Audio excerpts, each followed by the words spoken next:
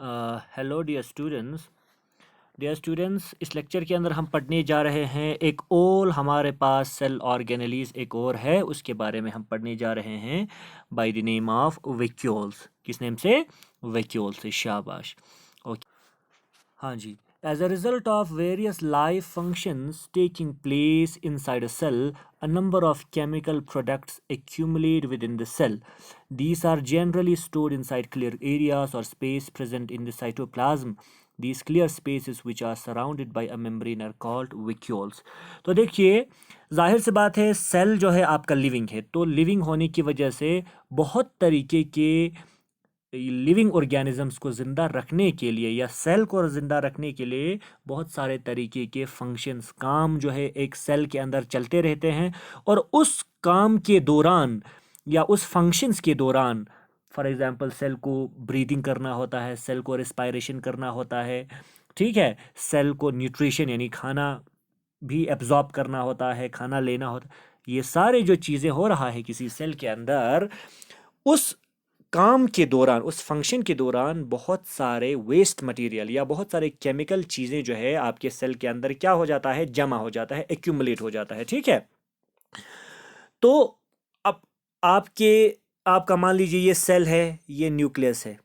Cell के इस reason को, इस जगह को हम कहते हैं साइटोप्लाज्म, ठीक है। क्या कहते हैं? साइटोप्लाज्म। इस साइटोप्लाज्म के अंदर बहुत सारे चीज़ें आपका क्या हो जाता है बेटा, एक्यूमुलेट हो जाता है। एक्यूमुलेट का मतलब हो गया जमा हो जाना, ठीक है। ये आपका सेल है, ये आपका न्यूक्लियस है, ये आपका साइटोप्लाज्म है। क्या है? साइटोप्लाज्म। तो इस साइटोप्लाज्म के अंदर बहुत सारे चीज़ों का जब जमा हो जाता है, इस तरीके से बहुत सारी चीज़ें जमा हो जाता है, ठीक है। तो कुछ एक ख़ास जगहों पे वो जो एक्यूमुलेट हो जाता है, वो जो केमिकल सब्सटेंसेस या आप कह सकते हैं जो वेस्ट मटेरियल, इस तरीके से उसके बाहर से भी एक मेम्ब्रेन इस तरीके से कवर करके आपका एक ऑर्गन दिख जाता है। और ये वाला जो ऑर्गन जिसके अंदर ये चीज़ें एक्यूमुलेट या जमा हो जाता है, उस सेल ऑर्गेनेली को कहते हैं वैक्यूल। क्या कहते हैं बेटा? वैक्यूल, याद रखना, ठीक है। Okay, surrounded by A membrane, एक मेम्ब्रेन ही इसको कवर करके होता है, जिसको यानी बाद में उस ऑर्गेनेली को हम क्या कहते हैं? Vacuoles. Vacuoles are generally vacuoles are generally absent from animal cells. Animal cell के अंदर कोई भी वैक्यूल आपको मिलेगा नहीं, ठीक है। And if present they are smaller in size. Generally, आमतौर पर तो किसी भी एनिमल सेल के अंदर आपको वैक्यूल मिलेगा नहीं, लेकिन अगर किसी भी एनिमल सेल के अंदर वैक्यूल किसी वजह से मिला तो उसका साइज जो है वो क्या होगा? बहुत छोटा होता है साइज में। और तादाद, उसका नंबर जो है, तादाद जो है वो क्या होगा? लेस होगा, कम होगा। In case of plant cell के अंदर vacuoles are larger in size and more in number. तो प्लांट के सेल के अंदर वैक्यूल प्रेजेंट होता ही है। हमने कहा एनिमल सेल के अंदर, मैक्सिमम एनिमल सेल के अंदर आपको जनरली आमतौर पर नज़र नहीं आएगा वैक्यूल, लेकिन अगर किसी एनिमल सेल में नज़र आया तो साइज उसका छोटा होगा और नंबर उसका कम होगा।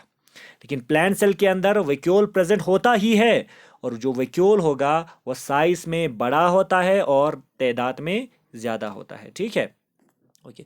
In amoeba is a unicellular organism. The vacuoles contain food particles. Amoeba के अंदर, vacuoles के अंदर food particles present होता है and are called food vacuoles. इसलिए क्योंकि vacuoles के अंदर food present है, उस vacuole को food vacuoles कहा जाता है, ठीक है। Cilia and flagella, singular cilium and flagellum. Cilia जो है वो प्लूरल हो गया, flagella वो प्लूरल, उसके सिंगुलर्स को क्या कहते हैं? सीलियम कहते हैं, और फ्लैजिला के सिंगुलर को फ्लैजिलम कहते हैं, ठीक है। In some organism cells have projections on their outside surface which help in movement of the cell और द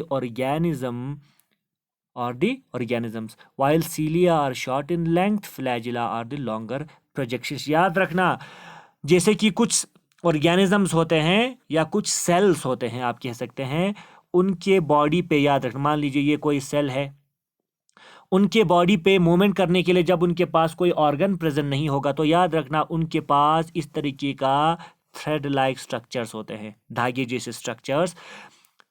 अब ये धागे जैसे स्ट्रक्चर्स दो तरीके के हो सकते हैं। एक तो छोटे छोटे बॉडी के सरफेस पे इस तरीके से हेयर लाइक छोटे छोटे होंगे बहुत सारे, पूरे बॉडी पे बहुत सारे ऐसे, ठीक है। या तो इस तरीके से लंबा प्रेजेंट हो सकता है। तो दो तरीके के इस तरीके के हेयर लाइक स्ट्रक्चर्स या सेल्स पे या ऑर्गेनिजम्स के बॉडी पे प्रेजेंट होगा। जब बड़ा होगा, लंबा होगा और तादाद में कम होगा, उसको कहते हैं फ्लैजिला। क्या कहते हैं बेटा, याद रखो, क्या कहते हैं, फ्लैजिला। और जब तादाद में ज्यादा हो, तादाद में ज्यादा है ना, 1 2 3 4 5 है, बहुत सारे हैं, और साइज में छोटे हों, उनको हम कहते हैं सीलिया। और सीलिया जिस तरीके से हम लोगों के बॉडी में पैर, हाथ, चलने के लिए एक जगह से दूसरी जगह मूवमेंट करने के लिए पैर हमारे पास प्रेजेंट है, उसी तरीके से कुछ ऐसे ऑर्गेनिज्म जिनके पास हाथ पैर नहीं होते हैं, उनके पास मूवमेंट करने के लिए क्या प्रेजेंट होते हैं, दो स्ट्रक्चर्स होते हैं हेयर लाइक। एक फ्लैजिला होता है, दूसरा सीलिया होता है। फ्लैजिला उन हेयर लाइक स्ट्रक्चर्स को कहेंगे जिनका साइज बड़ा होगा यानी लंबा होगा और तादाद कम होगा। सीलिया उन यानी स्ट्रक्चर्स को कहेंगे जो मूवमेंट में हेल्प करता है, जिनका नंबर ज्यादा होगा, बहुत सारे होंगे, लेकिन साइज उसका क्या होगा, छोटा होगा। याद रखना, ठीक है बेटा, ओके।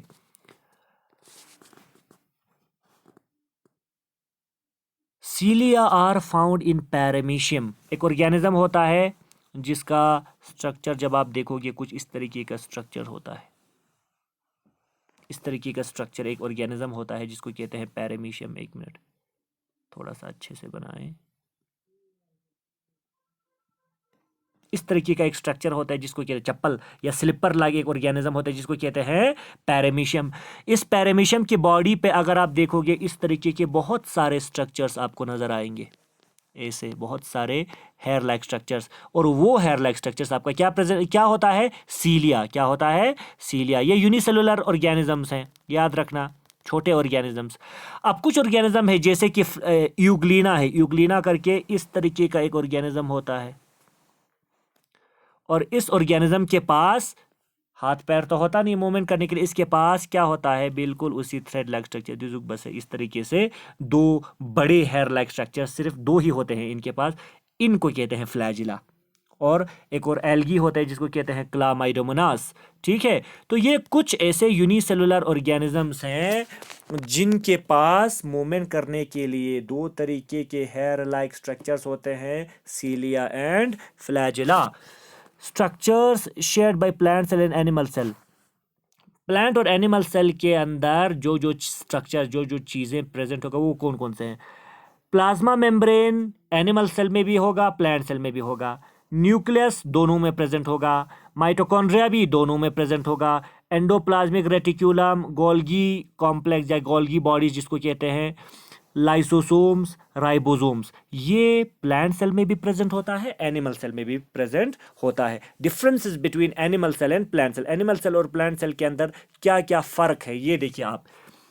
एनिमल सेल के अंदर cell wall lacking, cell wall lacking का मतलब होता है एब्सेंट, ठीक है। प्लांट सेल के अंदर सेल वॉल जो होता है प्रेजेंट होता है, और वो सेल वॉल काफी क्या होता है, हार्ड होता है। इसलिए प्लांट और एनिमल की बॉडी को जब आप देखोगे, प्लांट का बॉडी हार्ड होता है, एनिमल का बॉडी थोड़ा सा क्या होता है, सॉफ्ट होता है, क्योंकि एनिमल के सेल में सेल वॉल प्रेजेंट नहीं है, प्लांट सेल में सेल वॉल प्रेजेंट होता है जो रिजिड या हार्ड होता है, ठीक है। Chloroplasts are absent. याद रखना, एनिमल सेल के अंदर क्लोरोप्लास्ट क्या होता है, एब्सेंट होता है, होता ही नहीं है। एनिमल के सेल में क्लोरोप्लास्ट नहीं होता, इसलिए उसके अंदर फोटोसिंथेसिस नहीं होता है। प्लांट के सेल में क्लोरोप्लास्ट प्रेजेंट होता है जिसके अंदर क्लोरोफिल प्रेजेंट होगा और वो फोटोसिंथेसिस करेगा। वैक्यूल्स आर एब्सेंट, वैक्यूल्स भी एब्सेंट होंगे प्लांट सेल के अंदर, सॉरी एनिमल सेल के अंदर। जनरली आमतौर पर वैक्यूल्स एब्सेंट होते हैं, लेकिन अगर प्रेजेंट होगा साइज में छोटा होगा। पहले ही कहा है हमने, वैक्यूल्स प्लांट के अंदर प्रेजेंट होता ही है प्लांट सेल के अंदर, और उसका साइज बड़ा होता है, और तादाद में भी आपको क्या मिलेगा, 16.7 क्या कहते हैं देखिए, डाइवर्सिटी इन सेल्स। डाइवर्सिटी का मतलब होता है वैरायटी, याद रखना। डाइवर्सिटी का मतलब क्या होता है, variety, different types, variety, variety, समझ में आया? ठीक है, तो डाइवर्सिटी या वैरायटी का मतलब हो गया, डाइवर्सिटी का मतलब हो गया वैरायटी या डिफरेंट काइंड्स या टाइप्स। अब इसका मतलब सेल के डिफरेंट टाइप्स आपको मिलेंगे, अलग अलग फॉर्म्स, अलग अलग तरीके के सेल्स आपको नजर आएंगे। So far we have considered the basic features of cells in general. अभी तक सिर्फ सेल्स के बारे में आम तौर पर जो कैरेक्टर होते हैं उनके बारे में हमने पढ़ा है। But this does not mean that all cells are identical, लेकिन इसका मतलब सारे सेल्स एक जैसे होते हैं, ऐसा अगर आप सोचोगे ये बिल्कुल गलत है। सारे सेल्स एक जैसे होते नहीं हैं। Structures like nucleus, mitochondria, cytoplasm are common to all cells. कुछ ऐसे स्ट्रक्चर्स है जैसे कि न्यूक्लियस है, माइटोकॉन्ड्रिया है, साइटोप्लाज्म है, वो सारे सेल्स में होते हैं, सब में प्रेजेंट होगा ये। बट द शेप, लेकिन सेल का शक्ल जो है, सेल का साइज जो है, सेल का शेप एक जैसा नहीं होता है, साइज एक जैसा नहीं होता है। Contents of individual cells show a lot of variation, और किसी सेल के अंदर जो चीज़ें प्रेजेंट होगा वो सारे सेल्स के अंदर एक जैसा नहीं होगा, बहुत डिफरेंट हो सकता है, ये आपको याद रखना है। ठीक है, these features closely link to the function which the cells perform, और ये जो कैरेक्टर्स हैं उन कैरेक्टर्स को ही देख के हम बोल सकते हैं कि कौन सा सेल किस तरीके का फंक्शन या काम करता है। इन अ यूनिसेलुलर ऑर्गेनिज्म, एक सिंगल सेल वाले ऑर्गेनिज्म में all the functions of the body like nutrition, respiration, excretions, growth and reproduction are carried by the single cell. यानी कोई ऑर्गेनिज्म जो कि एक सिंगल सेल का बना होगा, ऐसे ऑर्गेनिज्म के अंदर बॉडी के अंदर, उसके बॉडी के अंदर जो काम होता है, फंक्शन होता है, जैसे कि nutrition, respiration, excretion, growth, reproduction, ये सारा का सारा वही एक सिंगल सेल करता है। खाना खाएगा तो भी वही एक सिंगल सेल खाना खाने का काम करेगा, खाना लेने का। ठीक है, रेस्पिरेशन यानी उस खाने को से एनर्जी प्रोड्यूस करने का जो काम करेगा वो भी उसी सेल, एक सेल करेगा। रेस्पायर, या आप कह सकते हैं एक्सचेंज ऑफ गैसेस अगर हो जाएगा तो भी वही एक सेल करेगा। एक्सक्रीशन, बॉडी के अंदर जो गंदा या वेस्ट मटेरियल निकला उसको निकाल कर बाहर फेंकने का काम भी वही एक सेल करेगा। तो सारा काम वही एक सिंगल सेल करता है। In multicellular organisms, however, these tasks or functions are divided among groups of cells.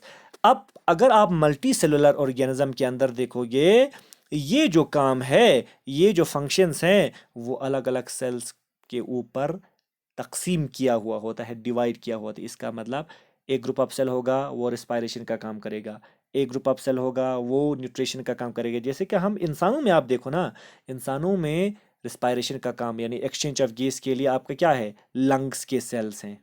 ठीक है, वो काम करेगा। बॉडी के अंदर अगर फूड पहुंचाना होगा या ब्लड पहुंचाना होगा, वो आपके हार्ट के सेल्स और जो ब्लड वेसल्स है वो उनके सेल्स काम करेगा। ठीक है, और इसी तरीके से अगर बॉडी के अंदर वेस्ट मटेरियल होगा, एक्सक्रीशन करना होगा, उसको निकाल के बाहर फेंकना होगा, तो उसके लिए अलग सेल्स, आपका एक्सक्रीटरी सिस्टम होता है। ठीक है, तो मल्टी सेलुलर ऑर्गेनिज्म के अंदर हर फंक्शन के लिए जो सेल होगा वो डिफरेंट होता है, लेकिन यूनिसेलुलर ऑर्गेनिजम्स में एक ही सेल को सारा का सारा काम करना पड़ता है। ठीक है, all the cells do not do all the jobs. This feature of multicellular organisms is known as division of labor. तो एक यानी मल्टी सेलुलर यानी एक से ज़्यादा हज़ारों लाखों सेल्स के बने हुए जो ऑर्गेनिज्म होते हैं, उनके अंदर डिवीजन ऑफ लेबर होता है। डिवीजन ऑफ लेबर का मतलब हो गया काम जो है वो बांटा हुआ होता है डिफरेंट सेल्स को। ठीक है, okay. A group of cells show variability in their shape, size and other features depending upon the function being performed by them. Cells किस तरीके का काम करता है उसके बेसिस पे डिफरेंट यानी सेल के अंदर आपको शेप, साइज, ये सारी चीज़ें आपको यानी डिफरेंट आपको नजर आएगा। सेल नंबर, अब सेल का तादाद के बारे में, नंबर के बारे में जब आप बात करोगे, unicellular organisms are formed of single cells. Single unicellular जो ऑर्गेनिज्म होते हैं वो एक सेल के बने होते हैं। Multicellular organisms are formed of many cells. जो मल्टी सेलुलर ऑर्गेनिजम्स होते हैं वो बहुत सारे सेल्स के बने होते हैं। Which in turn may be of many types. जो मल्टी सेलुलर ऑर्गेनिज्म भी बहुत सारे डिफरेंट टाइप्स के होते हैं ना। Even in multicellular organisms, the number of cells may vary a lot. Multicellular organisms में भी सेल्स का जो नंबर होता है, तादाद होता है, वो आपको डिफर करेगा, डिफरेंट होता है। ठीक है, it may be just a few, किसी में कुछ ही हो सकता है, 100, 1000 तक हो सकता है, जैसे कि कुछ एल्गी में, कुछ में a few hundred, कुछ 100 तक हो सकता है, कुछ एल्गी में आपका प्रेजेंट होगा, या किसी में आपको लाखों के तादाद में, जैसे कि बहुत सारे प्लांट्स और एनिमल्स के अंदर, बॉडी के अंदर, मल्टी सेलुलर ऑर्गेनिजम्स के अंदर होता है। Do you know that a new born baby has at least 2000 million sales?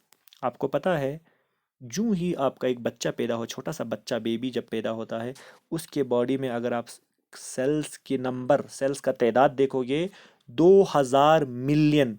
सबको पता है 1 million is equal to 10 lakh, 1 is equal to 10 lakh.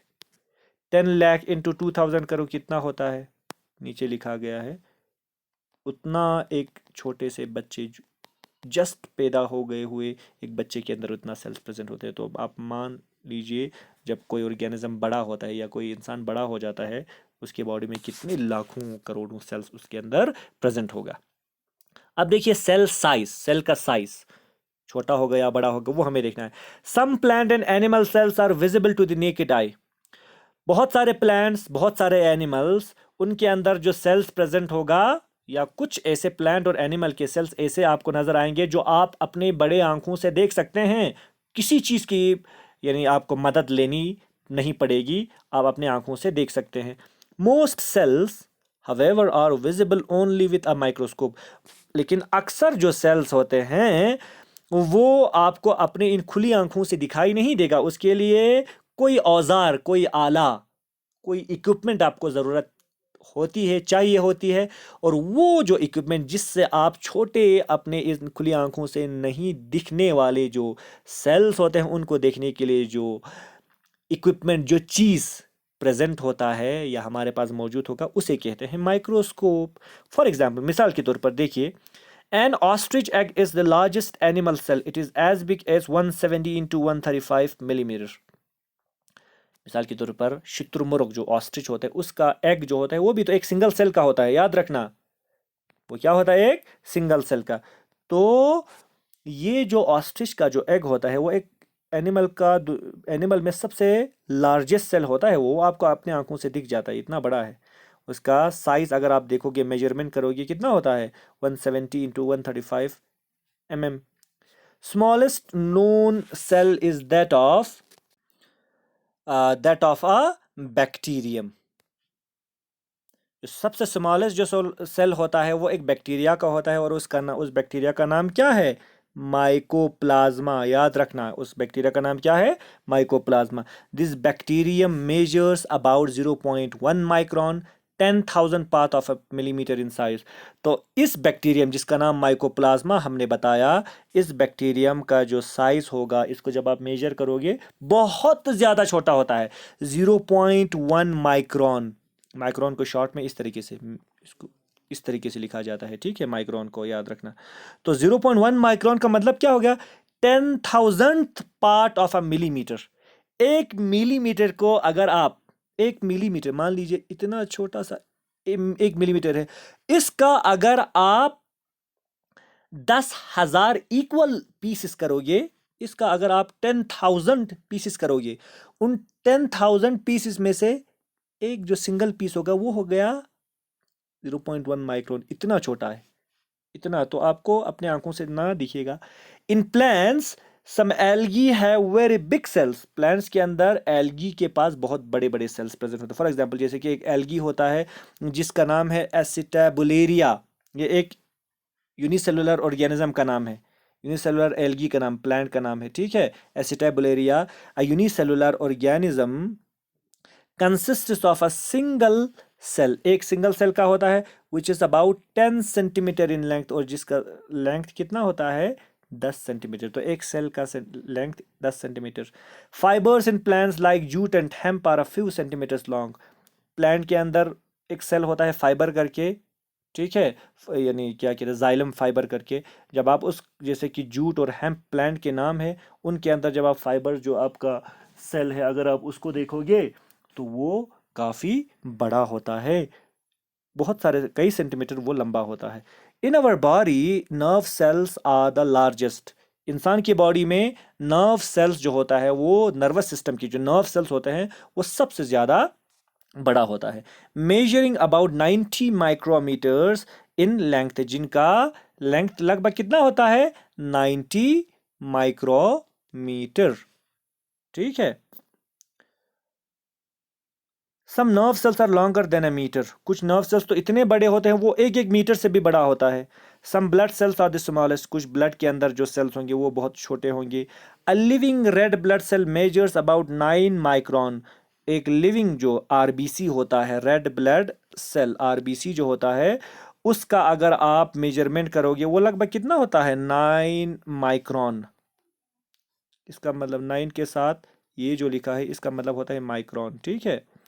Most other sales, बाकी जो सेल्स है जैसे कि किडनी के, लिवर के, इंटेस्टाइन के, आर बिटवीन, इनका साइज कितना होता है, 20 to 30 माइक्रोन्स, 20 से 30 माइक्रोन्स डायमीटर में, micrometre. What about the hen's egg, अब मुर्गियां जो अंडा देती हैं उसके बारे में आपका क्या कहना है, आप उसके बारे में क्या सोचते हो। इन द एग, मुर्गियों के अंडे में, there is a central yellow part called yolk, मुर्गियों के अंडे में सेंटर में एक येलो कलर का पोर्शन होता है ना, ठीक है, जिसके अंदर बहुत ज़्यादा फैट प्रेजेंट होता है। ठीक है। तो जिसको कहते हैं yolk, which is surrounded by the white albumin, और बाहर से जो वाइट वाला पोर्शन होता है, अंदर जो आपका क्या होता है, येलो। ठीक है। बाहर से आपका होता है, उस येलो को कहते हैं यॉक, और बाहर के वाइट को कहते हैं एल्ब्यूमिन, ALBUMEN, क्या कहते हैं, एल्ब्यूमिन। ठीक है। The yellow yolk represents a single cell, इसका मतलब सेंटर का जो येलो यॉक होता है वो एक सेल होता है। ठीक है। सेल्स आर ऑफ, अब सेल शेप, सेल के शेप के बारे में अगर आप देखोगे, cells are of diverse shapes, cells कई सारे शेप्स के सेल्स आपको दिख जाएंगे। Some cells like those of amoeba, कुछ सेल्स जैसे कि अमीबा के सेल्स हैं। वाइट ब्लड सेल्स, WBCs जो है वाइट ब्लड सेल्स ह्यूमन में जो होते हैं उनके, of our body, continuously change their shapes, वो बार बार अपना शेप जो है वो चेंज करते रहते हैं, एक शेप का नहीं होता है वो शेप चेंज करता रहेगा।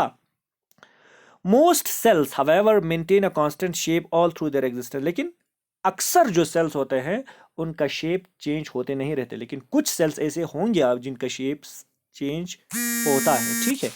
ओके, याद रखिएगा ये।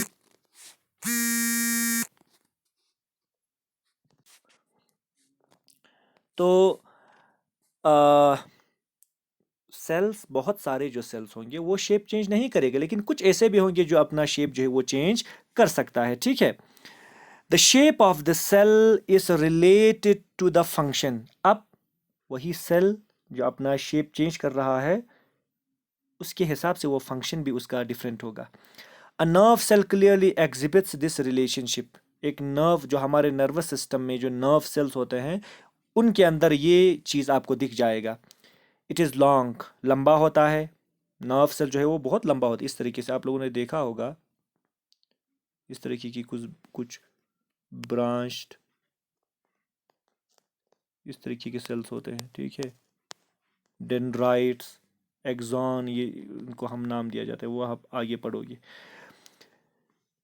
ब्रांच्ड होते हैं and has thread like projection, और उसके उसके इस तरीके से थ्रेड लाइक प्रोजेक्शंस मैंने जैसे कि बताया ऐसे आपका होता है। ठीक है।